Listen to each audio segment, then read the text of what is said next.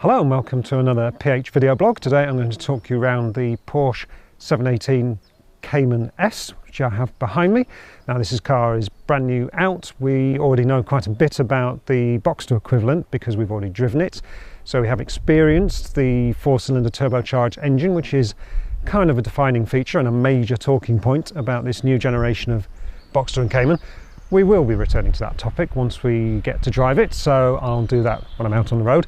First, let me maybe talk you around the car a little bit, talk about how it looks, some of the options that are fitted to it. Now, Porsche will tell you that every panel on this car is new, although it's still recognisably a Cayman. It has been changed front to back. The only bits it does share with the previous car, the outgoing car, are A-pillar and roof panels. Overall, it looks pretty familiar, but then that's kind of what you'd expect, really. Now, one of the more obvious changes can be found here. This much bigger side vent feeding air to the turbocharged 4-cylinder engine. I did mention that, didn't I? I may do again at some point during this film.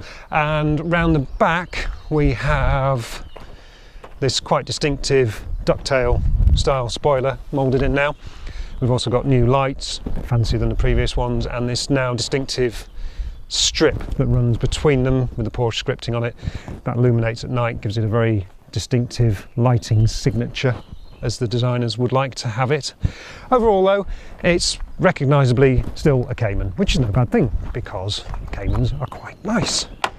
Now then, before we go out for a drive, let's just have a quick look at some of the options fitted to this car, because as ever, the bottom line price on a Porsche sometimes differs from the basic list price. It does rather in this case.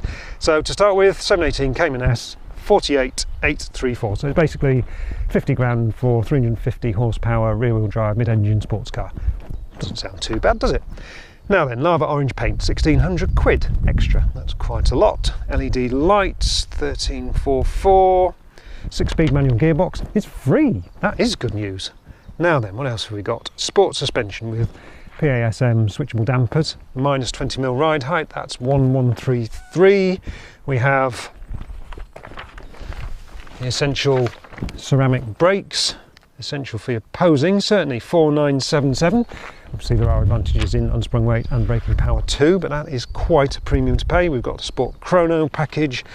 Out the back we have Sports exhaust system, which, as we know from the Boxster, is quite important for making the 4-cylinder turbocharged engine. I did mention it was 4 cylinders and turbocharged, didn't I? I think I did. Very important for making it sound a bit more interesting. We've also got sports bucket seats for over 2 grand, a load of other bits and bobs. Bottom line, 67,656. So all of a sudden your 50 grand Cayman has become a 70 grand Cayman. So now we've got a 350 horsepower mid-engine rear-wheel drive sports car that costs 70 grand and has a 4-cylinder engine.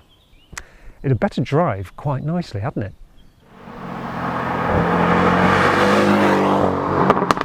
So having told you this is a 70 grand Cayman S with a 4-cylinder engine, I'm now going to have to try and justify why that might be something you'd consider spending all that money on. Key to this is going to be the engine, and I will return to that in due course. So let's start with the basic package, which is of course the mid-engined Cayman platform that we know and love. Same as it ever was, beautifully balanced, much sharper steering than perhaps even a 911. Perfect size for the road like this, which is one of my all-time favourite B roads in the heart of North Yorkshire. Fast and slow corners, crests, hills, the odd jump if you're lucky. Now, what has changed? Not a whole lot really. So we've got slightly faster steering, 10% faster, slightly smaller steering wheel, should feel a bit more direct, some 911 turbo bits on the front axle to help with that. We've got the sportiest suspension setting you can get on this car. That's the 20mm lower PASM setting with the 2 levels of damper adjustment via the button here. Frankly, the base setting is, I think, pretty much perfect for a road like this. It's pretty bumpy, there's lots of weight shifts and things like that as you go through the corners. I don't find myself wanting for any more damping than I've got. The body control is as good as you could ever want. Yeah, there's sport mode there if you want it, but I don't think I would be pressing that button much if this was my car. We've got great seating position and these very expensive carbon backed seats put you in a nice upright position, the wheels close to your chest, visibility is great, size is good. As a base package, there isn't really anything better for a road like this. If I was being really fussy, I might want a little bit more bite to the steering, but apart from that, bang on really. So what about that engine? Well, you can probably hear it.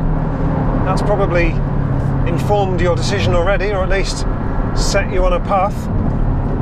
There's no escaping the fact that it doesn't sound as nice as the old 6-cylinder. It doesn't have the same ability to make the hairs on the back of your neck stand up. That is of course going to be a major emotional factor when it comes to people deciding whether or not to upgrade from a 6-cylinder box door Cayman to the newest, latest 4-cylinder one. Let me try and mount a defence for the engine though, because although on paper it might sound like a regular 4-cylinder turbocharged engine like you might get in a hot hatch, in reality it's quite different, and it actually offers some new features to the Cayman driving experience. Now, on a road like this, you know, even quiet middle of the week, there are times when you are going to need to overtake slower moving traffic, like the car in front of me. Now for that, the old engine, lovely as it was, lacked a little bit of flexibility. That lovely camshaft that you got in it at 4,000 revs or so, when the engine note changed from just kind of an already nice rumble into that really searing howl all the way to that crescendo at the red line. That was lovely, but in terms of winding it up to really get the best out of the engine, it wasn't always on your side. What you need sometimes is a bit of flexibility, just a bit of punch, and this engine has that. So let's have a look at some numbers. So we have 350 horsepower, 310 pound-feet of torque, as opposed to 340 horsepower and 280 in the most potent of the previous Caymans, other than the GT4 of course. So that was in the GTS. Now, numbers wise that sounds quite close, but the reality is that the way those numbers are delivered is completely different. So let's just get around this car here. So I did all that in third gear. I didn't really need to change gear. That's a very good demonstration of how flexible this engine is. So as we say, peak torque comes in at just 1900 revs, which sounds a bit, whisper it, diesely, and it goes all the way to 4,500 revs, which is coincidentally exactly where the peak torque starts in the 6-cylinder engine. Now, if you're trying to read the character of the car from those numbers, you're probably already thinking it's game over for the 4-cylinder. But this is a surprising engine. So it's not an inline 4-cylinder turbo like we have in our Golf GTIs and all those kind of cars. It's a flat 4, it's a Carrera engine with 2 cylinders lopped off the front of it. And a very interesting turbo. That variable vane turbo is technology that Porsche has perfected on the 911 turbo, and it means that you get both the low end rush and also revs. I mean, look at that. So that's 7,500 revs. And you heard how quickly it picked up. That's the other great thing. The throttle response in this car for a turbo engine is spectacular, I've got to say. It's, you know, there is a sense of it being forced induction. It's definitely a turbo car, but characterfully so, and I don't think that you're losing much in terms of response, certainly if you've got it in one of the sharper modes that you have now on the steering wheel. So you're not losing in response, you're getting a whole lot more mid-range, you can still rev it out. Really, the only sacrifice we're being asked to make is noise. And that sounds superficial, but of course, the character of a sports car is one of the really important things. That's why you might get up to drive this road at 6 in the morning when there's nobody else on it. if it just sounds like this, are you still going to have that incentive to get out before anyone else is on the roads and really just use the car for the sake of it? Or does it just become a normal car? I think it's a debate that's going to rage and rage, and I know the kind of popular vote sides with the idea that this 4-cylinder engine could never ever match the 6-cylinder one for those kind of emotive thrills.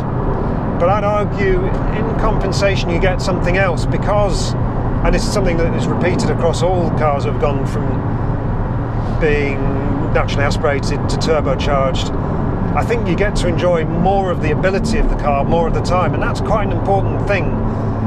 You might have had an amazing character, but if it's just in the last few hundred revs and you can very rarely access it, perhaps that makes it more special when you do. But in terms of actually enjoying the car and what it can do, you get more Cayman more of the time. Just to sum it up, really, that feeling of the old engine coming on cam at 4,000 RPM, that surge that you got, so rewarding. It's there all the time now. Every time you go for the throttle in this car, you have that same sense of acceleration. And this is a really fast car. Don't forget that. This is a really, really quick car. So, yes, we've lost something. We've lost a little bit of the spine-tingling allure of the old Cayman. But we've gained so much more performance and usability. And what I would say is that before you write this engine off as the rise of the machines, the desensitizing of true drivers' cars, before you abandon hope in the idea of a 4-cylinder Porsche, try and drive one. It's an interesting engine, it's an interesting car, and maybe it might overturn some preconceptions. It certainly did with me. I think the best we can say is give it a chance. You may be surprised.